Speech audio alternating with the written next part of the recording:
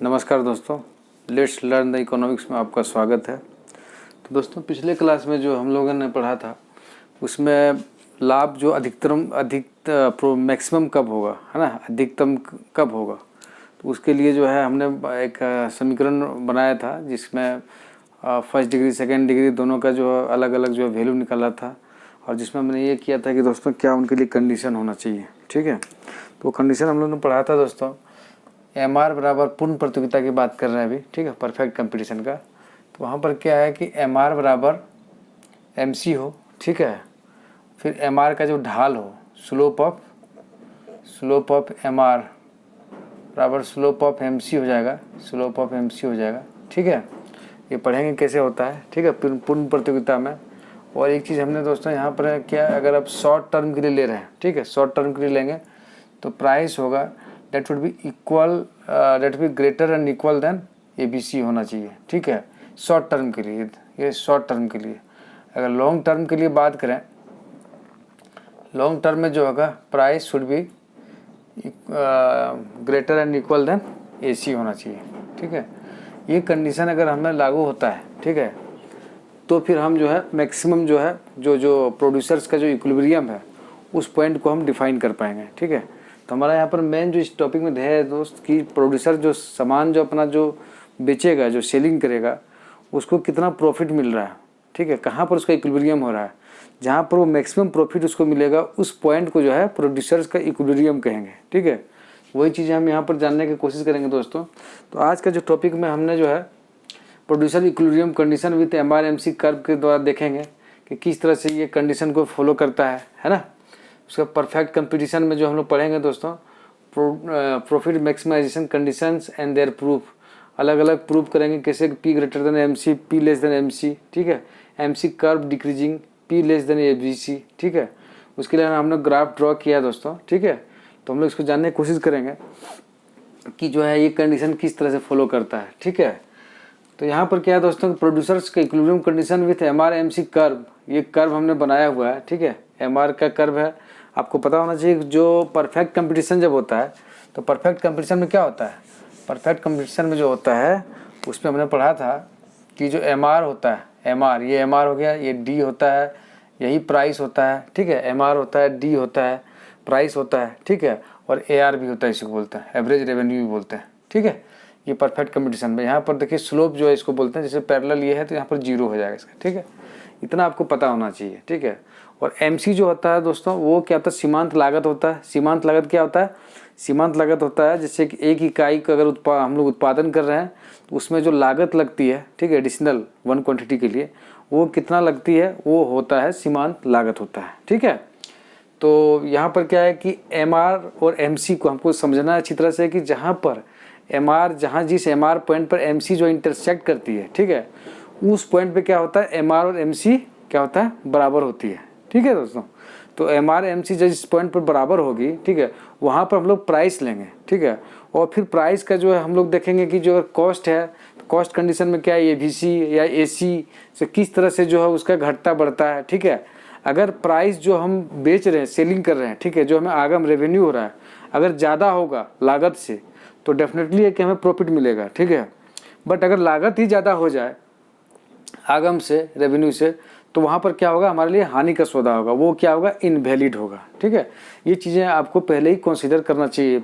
ये पता होना चाहिए दोस्तों। ठीक है, तो यहाँ पर क्या है कि यहाँ पर हम लोग ये चीज़ पढ़ेंगे, प्रोड्यूसर्स इक्विलिब्रियम कंडीशन क्या है विथ MR/MC कर्व के थ्रू पढ़ेंगे हम लोग। ठीक है, और इसके अंदर में दोस्तों क्या है कि परफेक्ट कंडीशन प्रॉफिट जो मैक्सिमाइजेशन कंडीशन जो होगा और क्या क्या कंडीशन है, ठीक है, और उसको हम लोग प्रूव करेंगे कि परफेक्ट कंडीशन में ये जो है कंडीशन होना चाहिए और ये चीज़ें क्या फुलफिल कर रहा है कि नहीं कर रहा है, ये चीज़ हम लोग जानने के यहाँ पर दोस्तों कोशिश करेंगे। तो यहाँ पर देखिए जो है P ग्रेटर देन MC, ये सब क्या है दोस्तों, रूल्ड आउट है। ये जो है ये तीनों चीज़ें जो है, ठीक है, ये तीनों चीज़ें जो है, ये P ग्रेटर देन MC और P लेस देन MC जो है, ये जो है इनवैलिड है। ठीक है, ये नहीं होना चाहिए।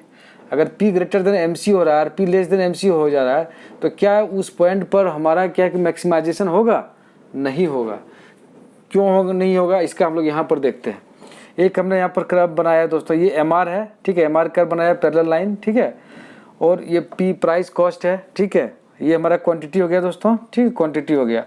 यहाँ पर क्या है देखिए कि ये जो MC है, MR को MC इस पॉइंट पे कट करती है, तो इस पॉइंट पर जो है प्राइस हो जाएगा, ठीक है। यहाँ पर हो जाएगा P बराबर क्या हो जाएगा, P बराबर MC हो जाएगा, ठीक है, P बराबर MC हो जाएगा। अब हम सपोज ये कंसिडर करें कि प्राइस अगर सपोज मान लेते हैं कि इस पॉइंट पे, आप इस पॉइंट पर देखिए कि यहाँ पर क्या हो रहा है कि MR जो है ये तो यहाँ पर देखिए यहाँ पर ज़्यादा हो रहा है, MC ज़्यादा हो रहा है, मतलब कॉस्ट यहाँ पर ज़्यादा हो रहा है MR से, ठीक है। बट यहाँ पर आते हैं तो देखिए कि प्राइस जो है MR, price already equal to MR है, तो यहाँ पर क्या होता है कि MC ज़्यादा होता है, मतलब ये जगह क्या है, प्रॉफिट का ये है, ठीक है। और इस जगह पर जो क्या हो रहा है, इस जगह पर जो है देखिए MC जो है ज़्यादा हो रहा है, ठीक है। तो यहाँ पर क्या हो रहा है, हमारा प्राइस जो हो रहा है, प्राइस कॉस्ट का ज़्यादा हो रहा है, ठीक है। और जो यहाँ पर जो हो रहा है, जो रेवेन्यू का जो प्राइस है, वो प्राइस क्या हो रहा है हमारा जो है वो कम पड़ रहा है, ठीक है। तो यहाँ पर क्या दोस्तों हानि का ये है, ठीक है। तो P ग्रेटर देन MC अगर इस पॉइंट पर लेंगे तो दोस्तों हमको याद होना चाहिए एक चीज़, आपको और बताए थे, MC शुड भी ग्रेटर देन 0 होता है। डैट मीन्स ये हुआ कि MC जो है नीचे से ऊपर की ओर होना चाहिए, मतलब MC क्या होना चाहिए, पॉजिटिव होना चाहिए, ठीक है। ये भी एक कंडीशन जो है अप्लाई होता है।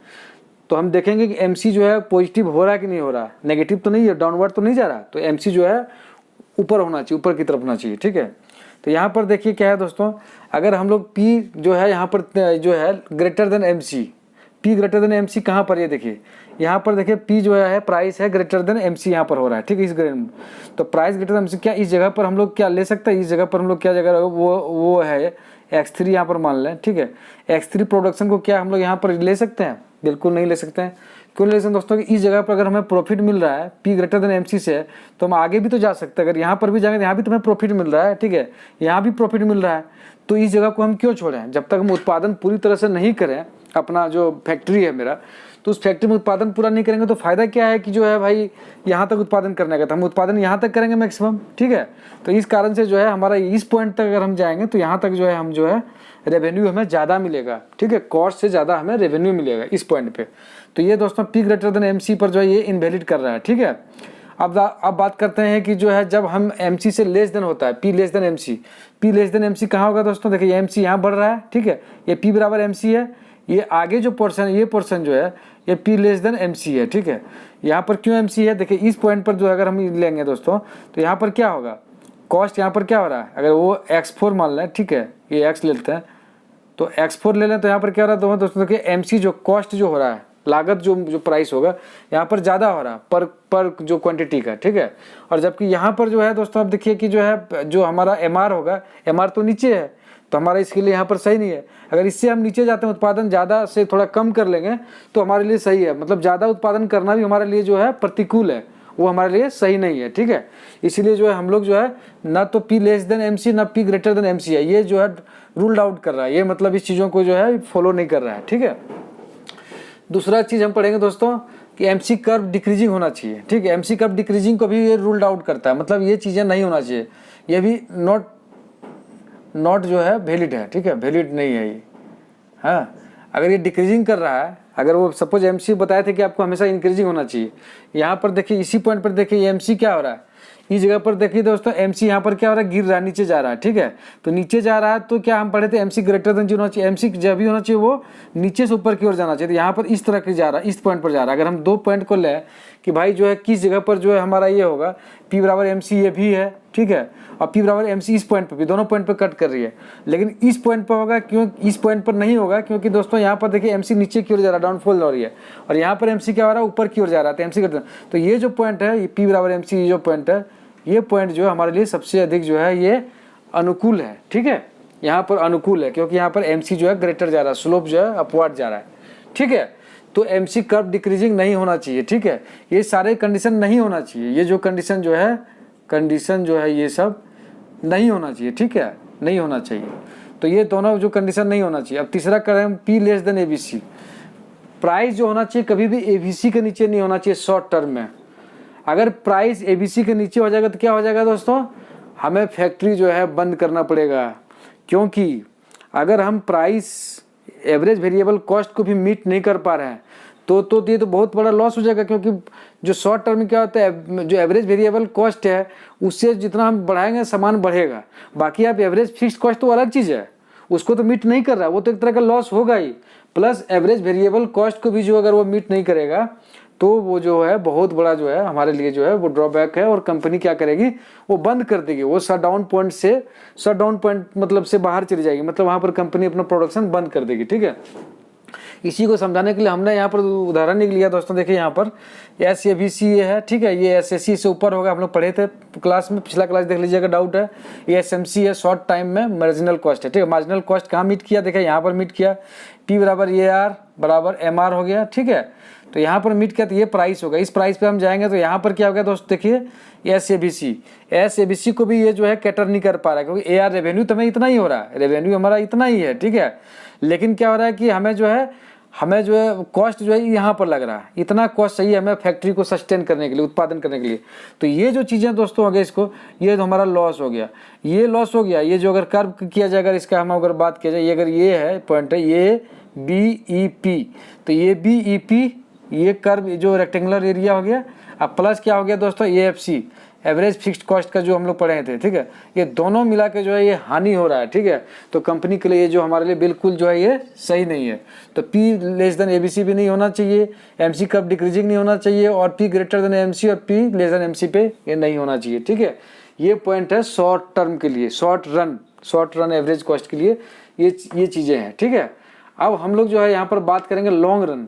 अगर लॉन्ग रन में हमने बताया था दोस्तों, लॉन्ग रन में क्या होता है, price should be greater than AC होना चाहिए। अगर रेवेन्यू अगर ज़्यादा नहीं आएगा एवरेज कॉस्ट से, तो फिर फायदा हमारे लिए नहीं है।